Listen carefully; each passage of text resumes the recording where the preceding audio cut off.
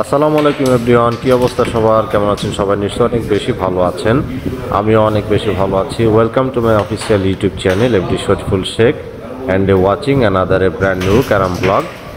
তো আজকে আমরা ক্যারাম ব্লগ যেটা নিয়ে এসেছি সেটা হলো ভাইরাল সজলের হিট ফিনিশের চেষ্টা। বেসিক্যালি ভাইরাল সজলের আগেও বেশ কয়েকটি হিট ফিনিশের ভিডিও দিয়েছি, সেটাতে খুব সুন্দরভাবে সাবলীলভাবে সে হিট ফিনিশ করেছে। আমরা চাই এটাতেও তার একটা হিট ফিনিশ আমরা দেখব, আশা করি।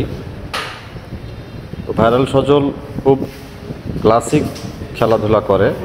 সে যখন গুটি খেলে খুবই সুচিন্তিত চিন্তাধারা দিয়ে খেলা করে। সুন্দর একটি শট খেলে সিঙ্গেল গুটি খেলে নিল।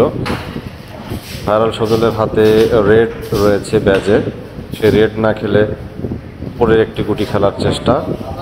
দেখা যাক কী করে।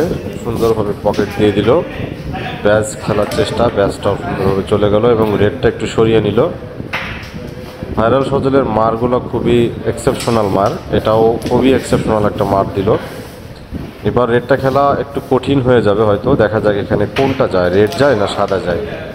তো সাদাটা আগে চলে গেল, রেডটা আবার ব্যাজে বসায় নিল।